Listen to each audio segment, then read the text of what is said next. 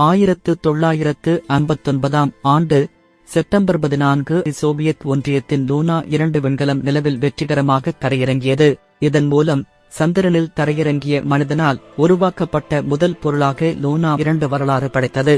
லூனா 2 நிலவில் இறங்கிய பிறகு அது நிலவின் மேற்பரப்பு, கதிர்வீச்சு மற்றும் காந்தவீச்சுகளைப் பற்றிய தகவல்களை வழங்கியது.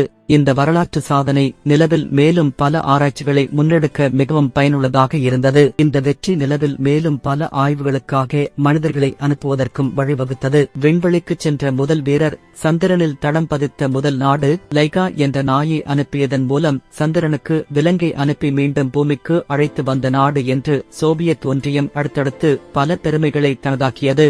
இதன் அடுத்த கட்டமாக நிலவுக்கு மனிதர்களை யார் அனுப்புவது என்று அமெரிக்கா சோவியத் ஒன்றியம் இடையே போட்டி ஏற்பட்டது.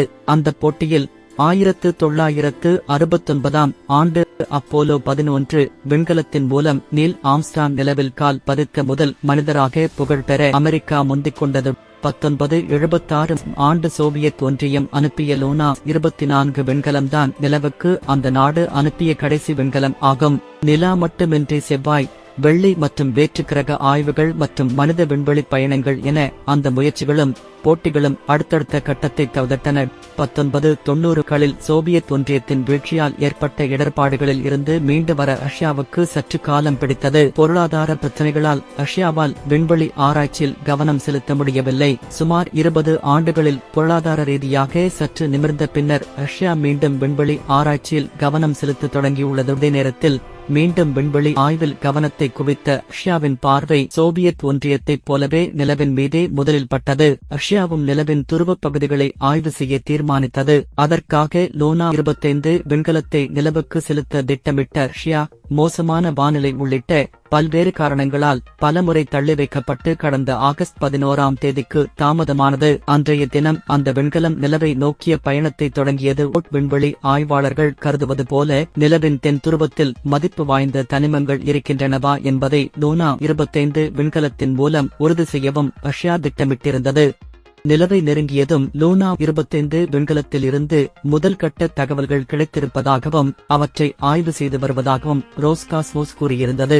அந்த விண்கலம் எடுத்து நிலவின் சீமன் பள்ளத்தின் புகைப்படத்தையும் அந்த அமைப்பு சமூக வலைதளத்தில் பகிர்ந்திருந்தது. அது நிலவின் தென்கோளத்தில் உள்ள 3வது ஆழமான பள்ளம். அதன் விட்டம் 190 கிலோமீட்டர், ஆழம் 5 கிலோமீட்டர் என்றும் ரோஸ்காஸ்மோஸ் தெரிவித்திருந்தது. தொழில்நுட்ப கோளாறால் லூனா 25 விண்கலம் என்ன ஆனது என்ற எதிர்பார்ப்பு நிலவி வேளையில் அதிகாலை சுமார் 4 மணியளவில் லூனா 25 விண்கலத்துடனான தொடர்பு சனிக்கிழமை முற்றிலும் துண்டிக்கப்பட்டு விட்டதாக ரோஸ்காஸ்மோஸ் தெரிவித்தது. சந்திரனின் சுழலும் அச்சு சூரியனுக்கு கிட்டத்தட்ட சரியான கோணத்தில் இருப்பதால் துருவப் பகுதிகளில் சூரிய கதிர்கள் பட்டாலும் அங்குள்ள பள்ளங்களின் ஆழத்தை அவை அடையாது. இதனால் சந்திரனின் துருவப் பகுதியில் உள்ள பள்ளங்கள் சுமார் 2 பில்லியன் ஆண்டுகளாக சூரிய ஒளிப்படாமல் மிகவும் குளிரான நிலையில் உள்ளன.